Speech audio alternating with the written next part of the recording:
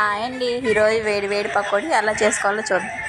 ముందుగా ఆనియన్స్ తీసుకొని సన్నగా తరుక్కోవాలి.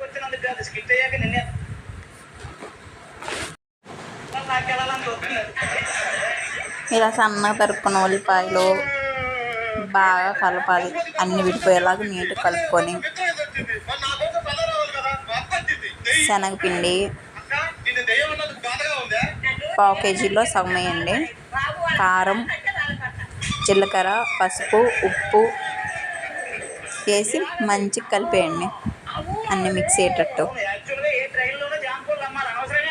కొంచెం వాటర్ యాడ్ చేసుకొని ఇలా కలుపుకోండి. కొంచెం గట్టిగా ఉండేటట్టు చూసుకొని పిండి, అంత లూజ్గా కాకుండా. ఇలా నూనె హీట్ చేసేసి వేసేయండి.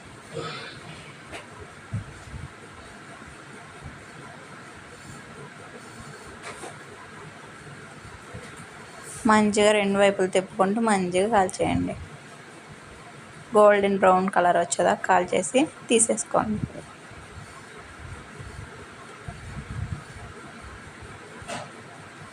ఇలా పచ్చిమిర్చి వేసి వేపుకొని వాటిలో నంచుకుంటూ తింటుంటే బయట చల్ల చల్లగా వర్షం,